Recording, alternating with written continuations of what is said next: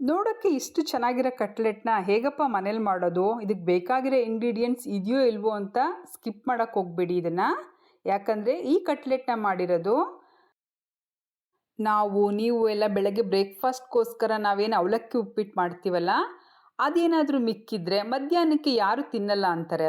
ಅದನ್ನು ಉಪಯೋಗಿಸ್ಕೊಂಡು ನಾವು ಅದ್ರ ಜೊತೆಗೆ ಸ್ವಲ್ಪ ಬೇಸಿಕ್ ಇಂಗ್ರೀಡಿಯೆಂಟ್ಸ್ನ ಹಾಕ್ಬಿಟ್ಟು ಮಾಡಿರುವಂತಹ ಕಟ್ಲೆಟ್ ಇದು.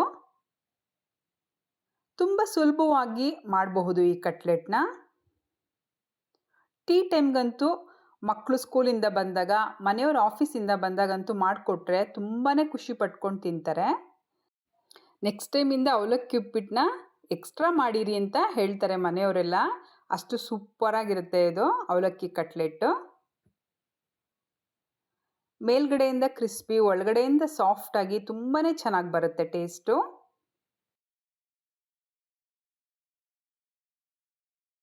ಈ ಅವಲಕ್ಕಿ ಉಪ್ಪಿಟ್ಟು ಕಟ್ಲೆಟ್ ಏನಿದೆ, ಇದು ತಿಂದಾಗ ಯಾರಿಗೂ ಗೊತ್ತಾಗಲ್ಲ ಇದು ಅವಲಕ್ಕಿ ಉಪ್ಪಿಟ್ಟಲ್ಲಿ ಮಾಡಿರೋದಂತ.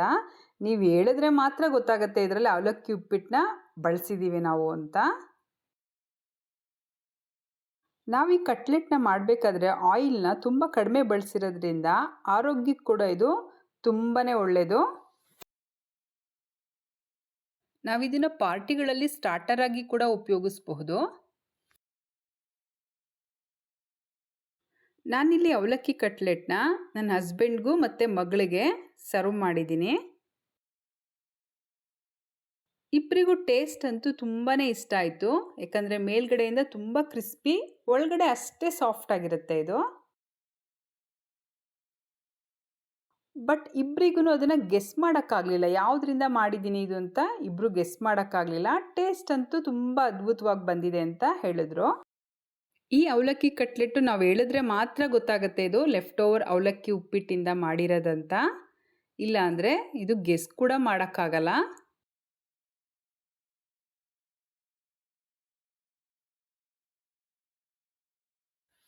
ಈ ರೆಸಿಪಿನ ಹೇಗೆ ಮಾಡೋದು, ಏನೇನೆಲ್ಲ ಇಂಗ್ರೀಡಿಯೆಂಟ್ಸ್ ಬೇಕಾಗತ್ತೆ ನೋಡೋಣ. ನೋಡಿ, ನಾನು ಹೇಳ್ದಂಗೆ ಬೆಳಗ್ಗೆ ನಾನು ಬ್ರೇಕ್ಫಾಸ್ಟ್ಗೆ ಅವಲಕ್ಕಿ ಉಪ್ಪಿಟ್ಟು ಮಾಡಿದ್ದೆ. ಅದಕ್ಕೆ ಈರುಳ್ಳಿ, ಬೆಳ್ಳುಳ್ಳಿ, ಟೊಮೆಟೊ ಮತ್ತು ಸ್ವೀಟ್ ಕಾರ್ನ್ ಹಾಕಿದ್ದೆ ನಾನು. ಇಷ್ಟೆಲ್ಲ ಉಪಯೋಗಿಸಿ ಮಾಡಿದ್ದ ಅವಲಕ್ಕಿ ಉಪ್ಪಿಟ್ಟು. ಸುಮಾರು ಒಂದು ಚಿಕ್ಕ ಬಟ್ಲಷ್ಟು ಮಿಕ್ಕಿತ್ತು ಅವಲಕ್ಕಿ ಉಪ್ಪಿಟ್ಟು. ಅದನ್ನು ಉಪಯೋಗಿಸ್ಕೊಂಡು ನಾನು ಕಟ್ಲೆಟ್ನ ಮಾಡ್ತಾಯಿದ್ದೀನಿ. ನಾನಿಲ್ಲಿ ಒಂದು ಮೀಡಿಯಮ್ ಸೈಜ್ ಈರುಳ್ಳಿನ ಸಣ್ಣದಾಗಿ ಕಟ್ ಮಾಡಿ ಇಟ್ಕೊಂಡಿದ್ದೀನಿ. ಆಲ್ರೆಡಿ ನಾವು ಈರುಳ್ಳಿ ಹಾಕಿರ್ತೀವಿ ಅವಲಕ್ಕಿ ಉಪ್ಪಿಟ್ಟಿಗೆ, ಬಟ್ ಹಸಿದು ಹಾಕೋದ್ರಿಂದ ಕಟ್ಲೆಟ್ಗೆ ಕ್ರಂಚಿಯಾಗಿ ತುಂಬ ಚೆನ್ನಾಗಿ ಬರುತ್ತೆ ಟೇಸ್ಟು. ಮತ್ತು ಕೊತ್ತಂಬರಿ ಸೊಪ್ಪು ಕಟ್ ಮಾಡಿ ಇಟ್ಕೊಂಡಿದ್ದೀನಿ ಸಣ್ಣದಾಗಿ. ಮತ್ತು red chilli powder 1 table spoon ತೊಗೊಂಡಿದ್ದೀನಿ. ಗರಂ ಮಸಾಲ 1 ಟೀ ಸ್ಪೂನ್, ಅರಿಶಿಣ ಅರ್ಧ ಟೀ ಸ್ಪೂನ್ ತೊಗೊಂಡಿದ್ದೀನಿ. ಮತ್ತು ಇಲ್ಲಿ ಕಡಲೆ ಹಿಟ್ಟು 1 ಟೇಬಲ್ ಸ್ಪೂನ್ ತೊಗೊಂಡಿದ್ದೀನಿ. ಚಿರೋಟಿ ರವೆ ಕೂಡ 1 ಟೇಬಲ್ ಸ್ಪೂನ್. ಮತ್ತು ಬ್ರೆಡ್ ಕ್ರಮ್ಸ್ ತೊಗೊಂಡಿದ್ದೀನಿ. ಬ್ರೆಡ್ ಕ್ರಮ್ಸ್ ಇದ್ದರೆ ಉಪಯೋಗಿಸಬಹುದು, ಇಲ್ಲಾಂದರೆ ನಾವು ಚಿರೋಟಿ ರವೆ ಹಾಕೋದ್ರಿಂದ ಅದನ್ನು ಬ್ಯಾಲೆನ್ಸ್ ಮಾಡಬಹುದು. ನಿಮ್ಮ ಮನೇಲಿ ಏನು ಬ್ರೆಡ್ ಮಿಕ್ಕಿರುತ್ತಲ್ಲ, ಅದನ್ನೇ ಸ್ವಲ್ಪ ತವಾದಲ್ಲಿ ರೋಸ್ಟ್ ಮಾಡಿಕೊಂಡು ಪೌಡರ್ ಮಾಡಿಕೊಂಡ್ರೆ ಅದೇ ಬ್ರೆಡ್ ಕ್ರಮ್ಸು. ನಾನಿಲ್ಲಿ 2 ಆಲೂಗೆಡ್ಡೆನ ಬೇಯಿಸಿ ಸ್ಮ್ಯಾಶ್ ಮಾಡಿ ಇಟ್ಕೊಂಡಿದ್ದೀನಿ. ಬ್ರೆಡ್ ಕ್ರಮ್ಸ್ ಇಲ್ಲ ಅಂದರೆ ನೀವು ಅದಕ್ಕೆ ಸಬ್ಸ್ಟಿಟ್ಯೂಟ್ ಆಗಿ ನೀವು ಚಿರೋಟಿ ರವೆನ ಮಿಕ್ಸಿಂಗಲ್ಲಿ ಬಳಸ್ಕೋಬಹುದು. ನೋಡಿ, ಏನು ಅವಲಕ್ಕಿ ಉಪ್ಪಿಟ್ಟಿತ್ತಲ್ಲ ಅದನ್ನು ನಾವು ನೀಟಾಗಿ ಕೈಯಿಂದ ಸ್ಮ್ಯಾಶ್ ಮಾಡ್ಕೊಳ್ಳೋಣ. ಒಂದು ಬೌಲ್ಗೆ ಹಾಕ್ಕೊಂಡು, ದೊಡ್ಡ ಬೌಲ್ಗೆ ಹಾಕ್ಕೊಳ್ಳೋಣ ಫಸ್ಟು.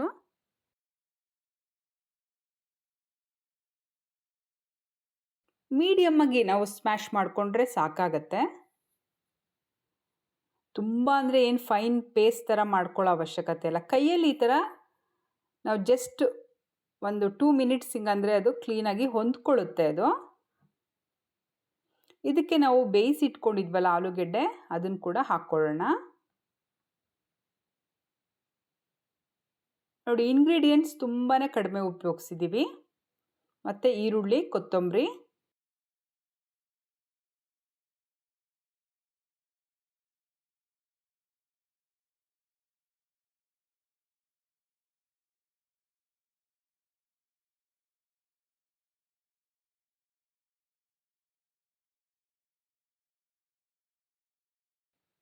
ನಾನಿಲ್ಲಿ ಬ್ರೆಡ್ ಕ್ರಮ್ಸ್ನ ಹಾಕ್ಕೊತಾ ಇದ್ದೀನಿ ಮತ್ತು ಕಡಲೆ ಹಿಟ್ಟನ್ನ ಹಾಕ್ಕೋತಾ ಇದ್ದೀನಿ. ಬ್ರೆಡ್ ಕ್ರಮ್ಸ್ ಇಲ್ಲ ಅಂದವರು ನೀವು ಈ ಸ್ಟೇಜಲ್ಲಿ ಚಿರೋಟಿ ರವೆನ ಬಳಸಬಹುದು. 2 ಟೇಬಲ್ ಸ್ಪೂನ್ ಚಿರೋಟಿ ರವೆ ಹಾಕಿದ್ರೆ ಸಾಕಾಗತ್ತೆ ನೀವು ಬ್ರೆಡ್ ಕ್ರಮ್ಸ್ ಇಲ್ಲ ಅಂದರೆ. ಬ್ರೆಡ್ ಕ್ರಮ್ಸ್ ಇತ್ತು ಅಂದರೆ ಅದನ್ನು ಉಪಯೋಗಿಸಿದ್ರೆ ಸಾಕಾಗತ್ತೆ. ಮತ್ತು dry spices ಏನಿತ್ತಲ್ಲ, chilli powder, garam masala, ಅರಿಶಿನ ಅದನ್ನು ಹಾಕ್ಕೊಂಡಿದ್ದೀನಿ. ನೆಕ್ಸ್ಟ್ ಇಲ್ಲಿ ಉಪ್ಪು ಹಾಕ್ಕೊತಾ ಇದ್ದೀನಿ. ಆಲ್ರೆಡಿ ಅವಲಕ್ಕಿ ಉಪ್ಪಿಟ್ಟಲ್ಲಿ ಉಪ್ಪಿನ ಅಂಶ ಇರುತ್ತೆ, ನೋಡಿ ಹಾಕ್ಕೊಳ್ಳಿ.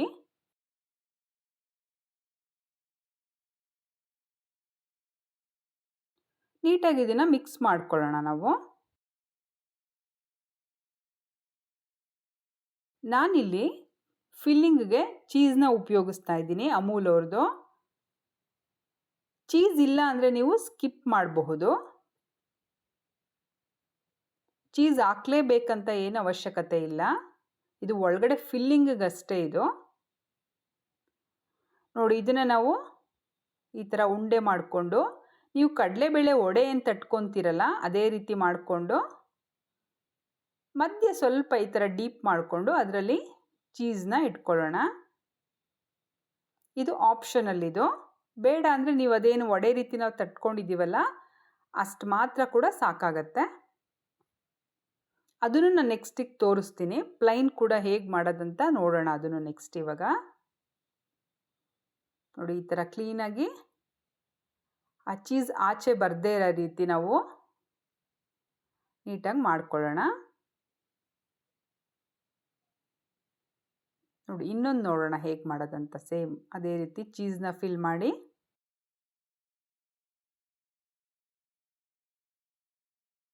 ಚೀಸ್ ಹಾಕೋದ್ರಿಂದ ಮಕ್ಕಳಿಗೆ ತುಂಬ ಇಷ್ಟ ಆಗುತ್ತೆ ಚೀಸು. ಚೀಸ್ ಹೆಲ್ತ್ ಬೆನಿಫಿಟ್ಸ್ ಕೂಡ ತುಂಬಾ ಇದೆ ಚೀಸ್ನ ಉಪಯೋಗಿಸೋದು, ವೆರಿ ಗುಡ್ ಫಾರ್ ಹೆಲ್ತ್.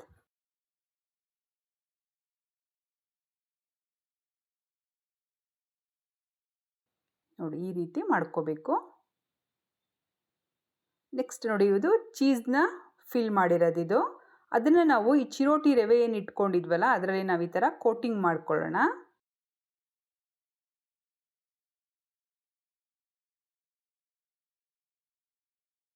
ಈ ಥರ ಚಿರೋಟಿ ರವೆನಲ್ಲಿ ಕೋಟಿಂಗ್ ಮಾಡೋದ್ರಿಂದ ಔಟ್ ಸೈಡು ತುಂಬ ಕ್ರಿಸ್ಪಿಯಾಗಿ ಬರುತ್ತೆ.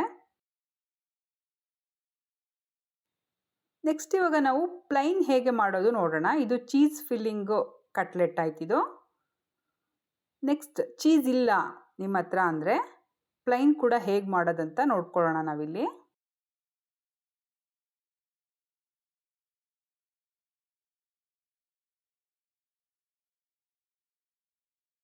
ಸೇಮ್ ಅದೇ ರೀತಿ ಪ್ರೊಸೀಜರ್, ಒಡೆ ರೀತಿ ತಟ್ಕೊಂಡ್ರೆ ಪ್ಲೈನ್ ಅಷ್ಟೇ. ಇದು ತುಂಬಾ ಈಸಿಯಾಗಿ ಆಗೋಗುತ್ತೆ.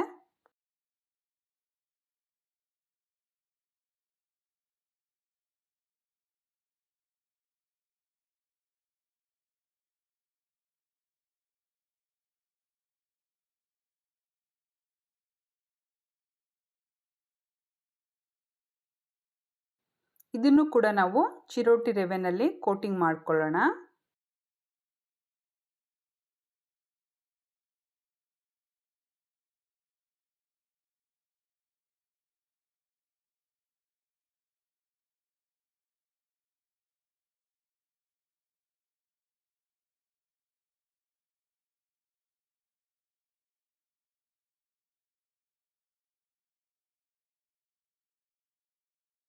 ನೋಡಿ, ಎಲ್ಲ ಈ ರೀತಿ ರೆಡಿ ಮಾಡಿ ಇಟ್ಕೊಂಡ್ರೆ ಈ 4 ಏನು ಮಾಡಿದ್ದೀನಲ್ಲ ಅದು ಪ್ಲೈನು.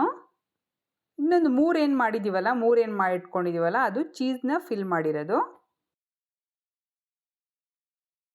ನಾವಿಲ್ಲಿ ಒಂದು ಪ್ಯಾನಲ್ಲಿ ಆಯಿಲ್ ಹಾಕ್ಕೊಳ್ಳೋಣ. ತುಂಬಾ ಕಡಿಮೆ ಆಯಿಲ್ ಸಾಕಾಗತ್ತೆ ಅದಕ್ಕೆ. ಸುಮಾರು 1 ಟೇಬಲ್ ಸ್ಪೂನ್ ಅಷ್ಟೇ ನಾನು ಆಯಿಲ್ ಹಾಕ್ಕೊಂಡಿದ್ದೀನಿ.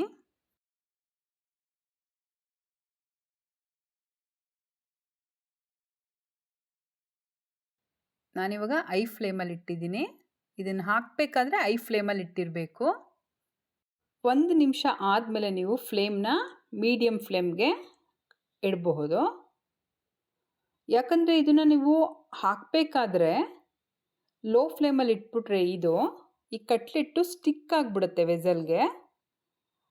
ಅದಕ್ಕೇ ತುಂಬ ಚೆನ್ನಾಗಿ ಕಾದಿರಬೇಕು, ಆಯಿಲ್ ಬಿಸಿ ಆಗಿರಬೇಕು. ಆವಾಗ ಮಾತ್ರ ನಾವು ಇಡಬೇಕು ಇದನ್ನು ಕಟ್ಲೆಟ್ಸ್ನ. ನೋಡಿ ಎಷ್ಟು ಚೆನ್ನಾಗಿ ಕಾಣ್ತಾ ಇದೆ ಕಲ್ಲರು. ನಾವೇನು ಕಾರ್ನು ಮತ್ತು ಟೊಮೆಟೊ ಎಲ್ಲ ಏನು ಹಾಕಿದ್ವಲ್ಲ ಅವಲಕ್ಕಿ ಉಪ್ಪಿಟ್ಟಿಗೆ, ಅದು ಎಲ್ಲ ತುಂಬ ಎನ್ಹಾನ್ಸ್ ಆಗಿ ಕಾಣ್ತಾ ಇದೆ ಕಲ್ಲರು. ಮತ್ತು ಆ ಚಿರೋಟಿ ರವೆನಲ್ಲಿ ಏನು ನಾವು ಕೋಟಿಂಗ್ ಮಾಡಿದ್ವಲ್ಲ ಅದು ನೋಡಿ ಗೋಲ್ಡನ್ ಬ್ರೌನ್ ಕಲರ್ ಬರೋದಕ್ಕೆ ಶುರುವಾಗುತ್ತೆ. ಅದು ಮೇಲ್ಗಡೆ ಆ ಕ್ರಂಚಿನೆಸ್ ಏನು ಬರುತ್ತೆ ಅದು ಈ ರವೆಯಿಂದನೇ. ರವೆನಲ್ಲಿ ನಾವು ಕೋಟಿಂಗ್ ಮಾಡಿರೋದ್ರಿಂದ ತುಂಬ ಚೆನ್ನಾಗಿ ಕ್ರಂಚಿಯಾಗಿ ಬರುತ್ತೆ ಮೇಲ್ಗಡೆ. ನೋಡಿ ಇವಾಗ ರೆಡಿ ಆಗಿದೆ ಇದು. ನೆಕ್ಸ್ಟ್ ನಾವು ಚೀಸ್ದೇನು ಮಾಡಿಟ್ಕೊಂಡಿದ್ವಲ್ಲ ಅದನ್ನು ಕೂಡ ನಾವಿಲ್ಲೇ ಇಟ್ಕೊಳ್ಳೋಣ. ಈ ವೆಸಲಲ್ಲೇ ಆಲ್ರೆಡಿ ಬಿಸಿ ಆಗಿದೆಯಲ್ಲ, ಈ ಪ್ಲೈನ್ ಏನು ಮಾಡ್ಕೊಂಡಿದ್ವಲ್ಲ ಅದು ರೆಡಿ ಆಗಿದೆ. ಅದನ್ನು ನಾವು ತೆಗೆಯೋಣ. ಚೀಸ್ದು ಇನ್ನು ರೋಸ್ಟ್ ಆಗಬೇಕು. ನೋಡಿ ಇದಾಗಿದೆ ಆಲ್ರೆಡಿ, ಒಳ್ಳೆ ಕಲರ್ ಬಂದಿದೆ.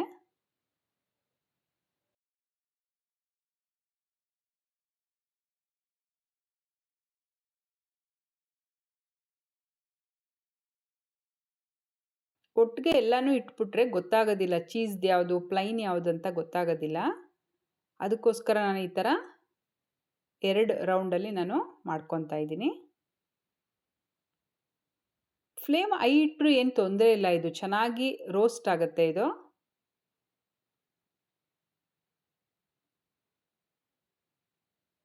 ನೋಡಿ ಇದು ಆಗಿದೆ, ಇವಾಗ ತೆಗೆಯೋಣ.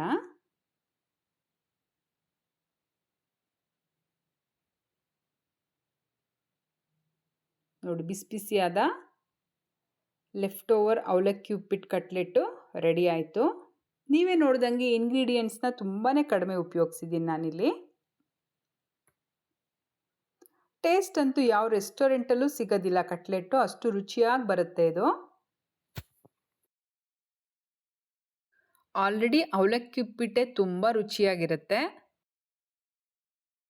ಆ ಅವಲಕ್ಕಿ ಉಪ್ಪಿಟ್ಟಿಗೆ ನಾವು ಎಕ್ಸ್ಟ್ರಾ ಈ ಎಲ್ಲ ಇಂಗ್ರೀಡಿಯೆಂಟ್ಸ್ನ ಹಾಕ್ಬಿಟ್ಟು ಮಾಡಿರೋದ್ರಿಂದ ಟೇಸ್ಟ್ ಅಂತೂ ಅದ್ಭುತವಾಗಿ ಬರುತ್ತೆ.